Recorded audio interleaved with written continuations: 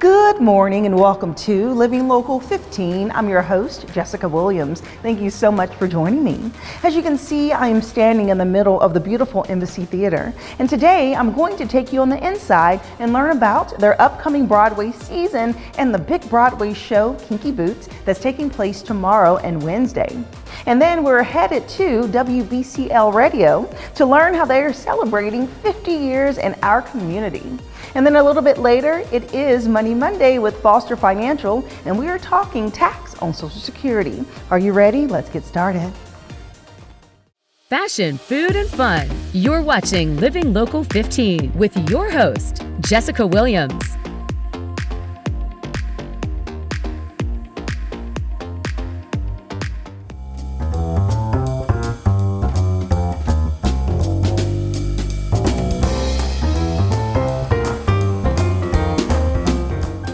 There is nothing more exciting than experiencing the magic of Broadway. Welcome to the Embassy Theater, home of the best Broadway shows in Northeast Indiana. I'm going to take you on the inside and learn how you can experience this magic. Let's do it.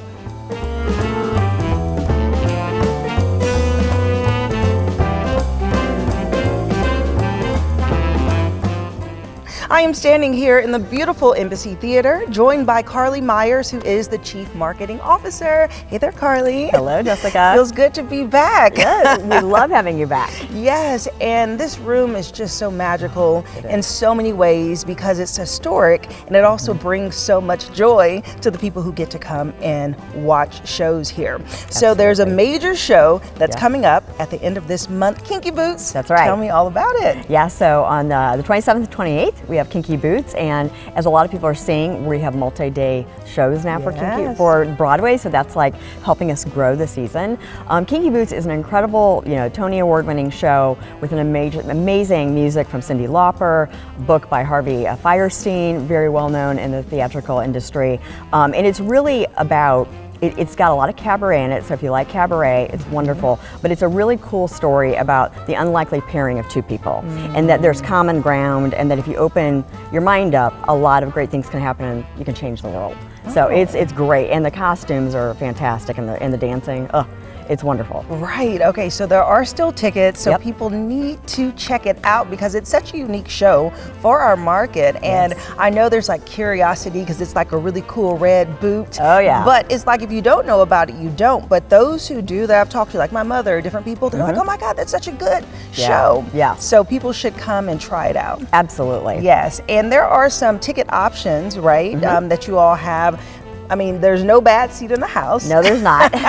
As we've discussed. But talk to me about just the different ticketing options for those on every level who would like to come and enjoy Broadway. Yeah, absolutely. So we have different ticketing options based on the auditorium. Like you said, we don't have any obstructed sight lines, which makes our theater wonderful.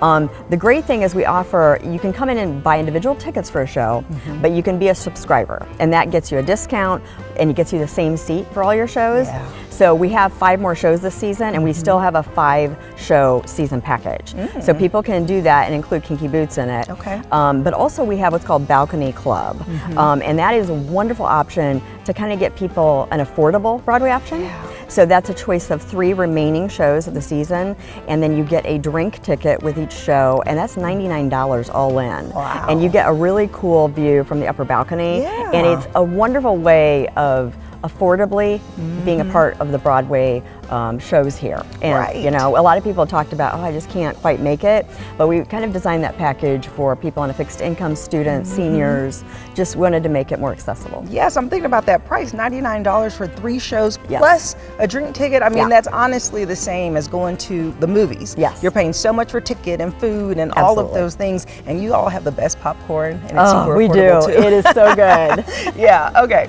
So let's talk about some of your upcoming shows. So we have the Broadway season we'll get to, but you have an exciting show that's popping up, which is Dirty Dancing. Yes, that's right. Don't put baby in the corner. That's right. Such a classic movie. And so it's Dirty Dancing in concert. So the movie will be shown in its entirety, but then there is music and choreography set to it.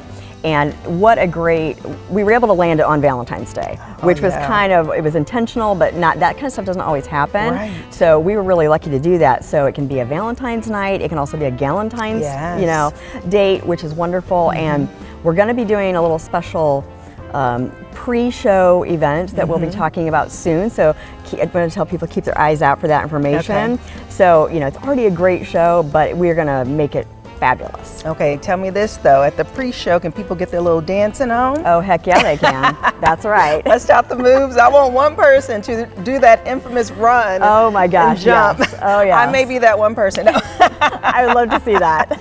I love it so much. Such a good classic movie. Oh yes. And you have another show that's exciting called Down the Line. Yes. Now explain this, because this is for anyone who loves live musical shows of different genres. Yes. So we started Down the Line many, many years ago. This year is a milestone. It's Down the Line 20.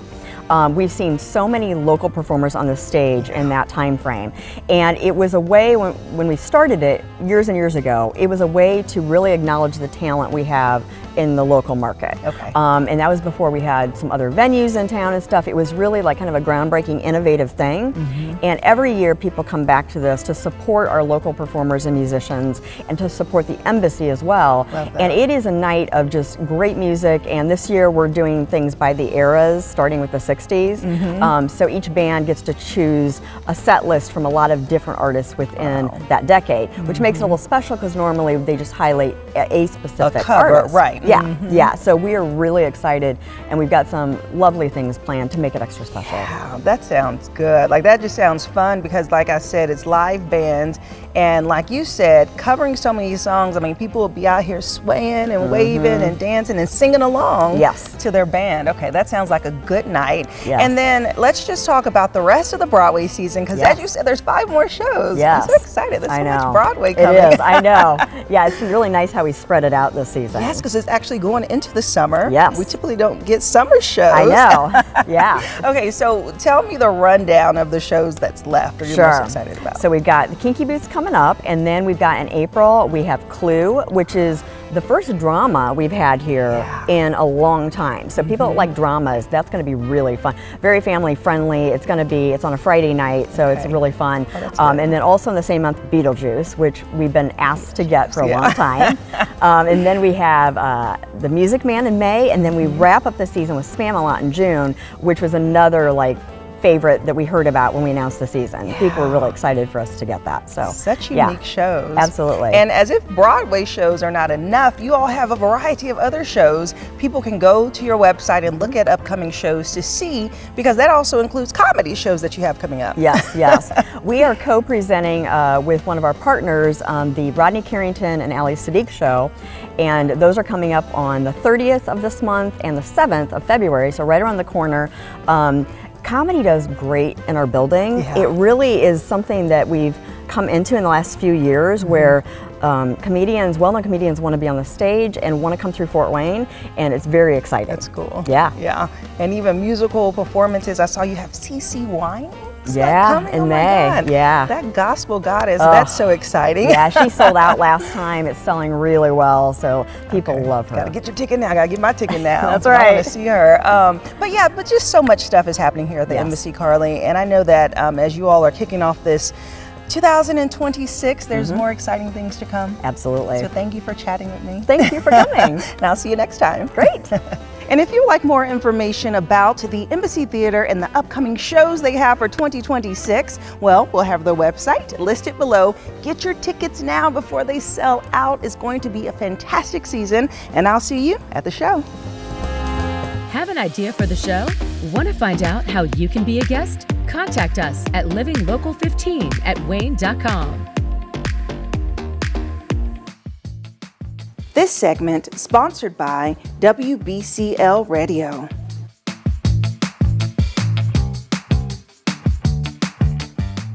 WBCL 90.3 is celebrating 50 years in this community. As you can see, this timeline starting way back in 1976. Today, we're going to learn about how they will celebrate this year and also their Share 2026. Let's do it.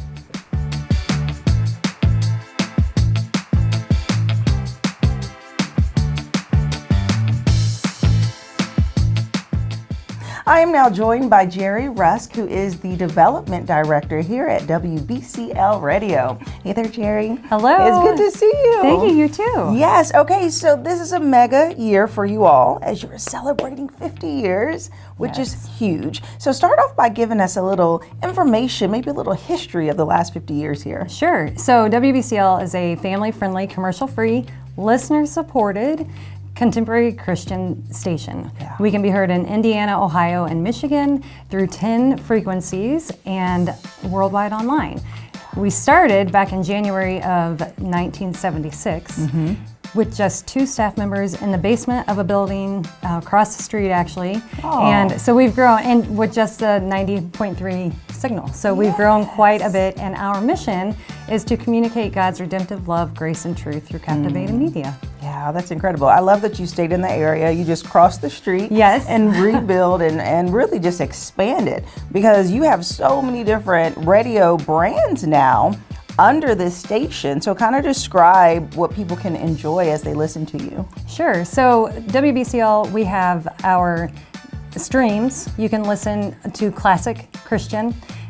You can also listen to Christmas anytime, so if you're one of those that enjoy the Christmas music all year round, you can listen to our app there. And we have our Beats, which is for our younger listeners. And of course, you can listen online and we are simulcast through our 10 frequencies. And so no matter where they're listening, whether it be Toledo, Fort Wayne, or up in Michigan, they're hearing the same thing. Yeah, and I know under your streams, there's just something for everyone, as people just can get connected and just get that inspiration throughout the day. Yes. As you said, it's contemporary Christian music, and it's something that I think that really impacts the community, which is why you all have lasted for so long.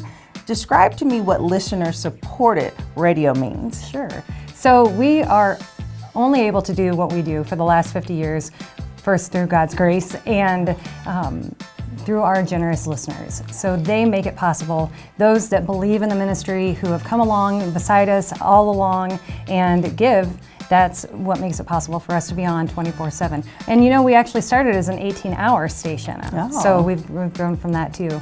And these last 50 years have really, this month has given us an opportunity to pause and reflect on the last 50 years, to be grateful for God's guidance and sustainability and growth, and to be thankful for all of the volunteers and staff who have really been a part, poured their hearts into this, the listeners who have brought us along, made us part of their daily lives, and for the donors who carry us forward. Yeah, that is so amazing. So how will you be celebrating 50 years? Well, we have Share 2026 coming up, happening right now. Yes, so starting today. They can call in into the phone lines from 6 a.m. to 7 p.m. Of course, they can give anytime online, safely and securely, I might add, at WBCL.org.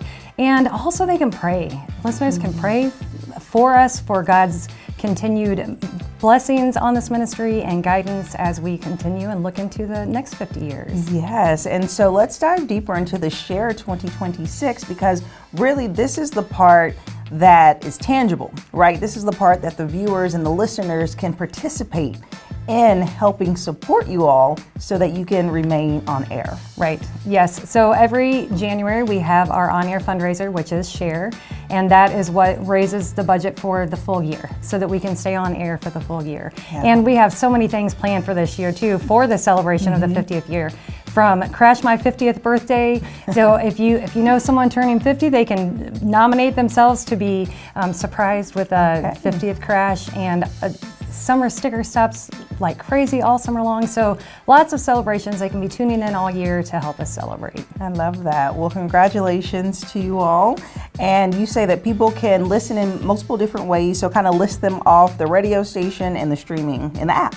Yes, all of those. So WBCL.org, the 90.3, or the different frequencies within. We have 10 frequencies, so they can go online to see what those frequencies are depending on where they live, and just tune in anytime. Yeah, awesome. Well, thank you, Jerry. Thank you so much. Great chatting with you. And if you would like more information about WBCL Radio, we'll have their website listed below, and I'll see you after the break. This segment sponsored by WBCL Radio.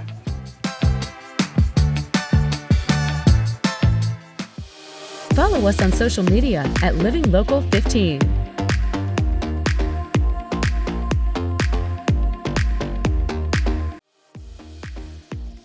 This segment sponsored by Foster Financial.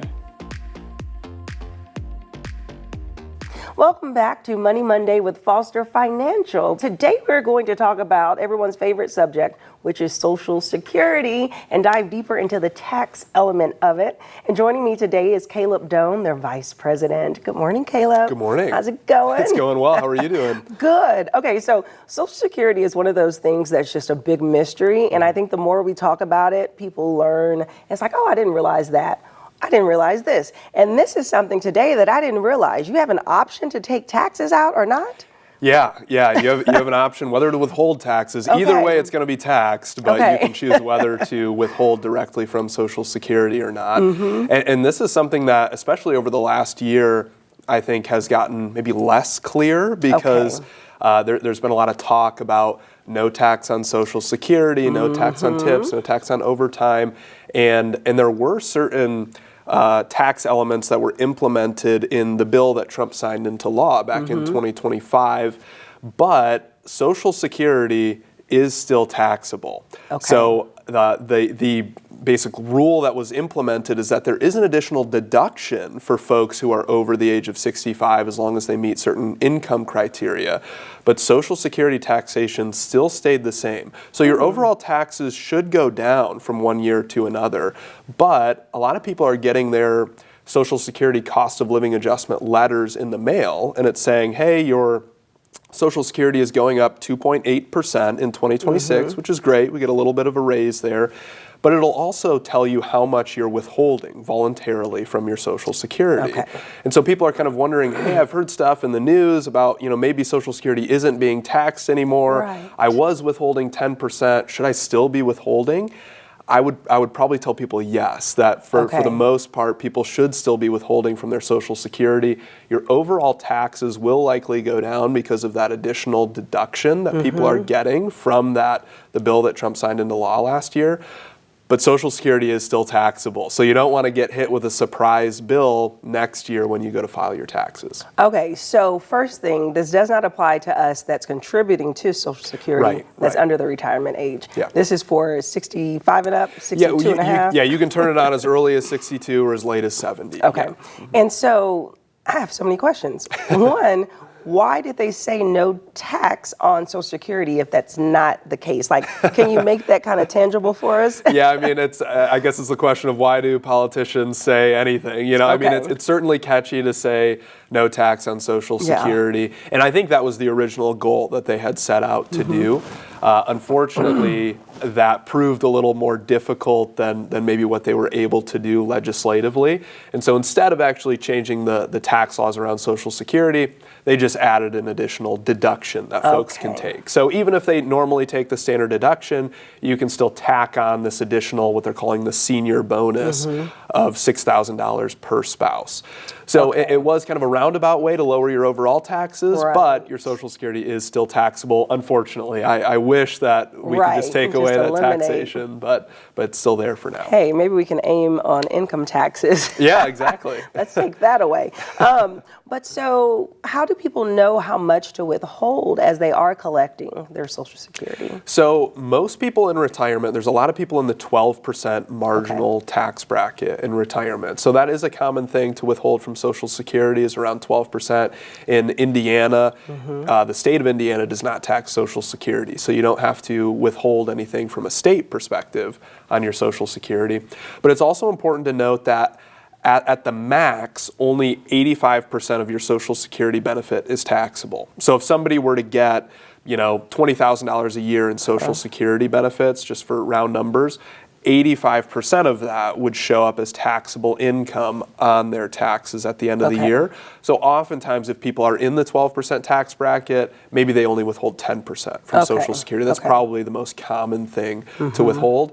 And I'm usually a big fan of withholding from every type of income that you're receiving. There are some people that maybe they're still working and collecting Social Security at the same time. They just withhold a lot more from their job to kind of cover Social Security. Sometimes that can be a little bit more of a guess and a check type of a game. So usually I like to withhold from every income source.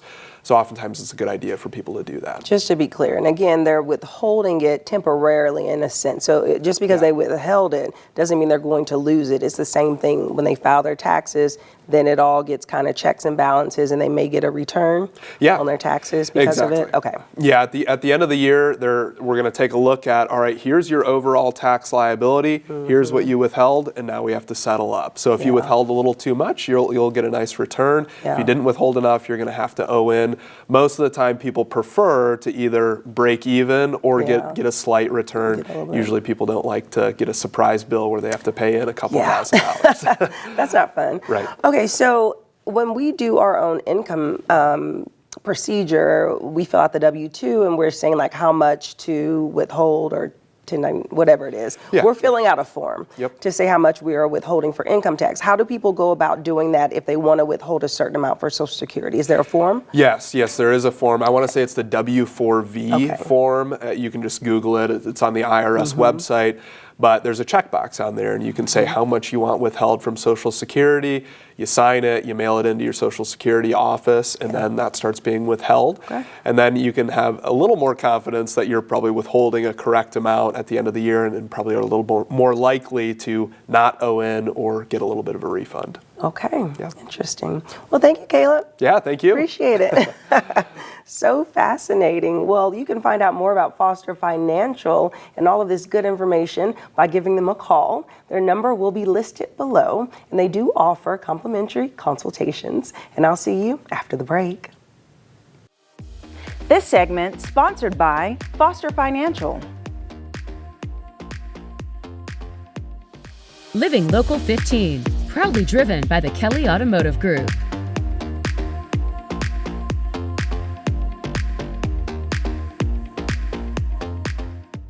Content segments during today's Living Local 15 were paid for by these sponsors.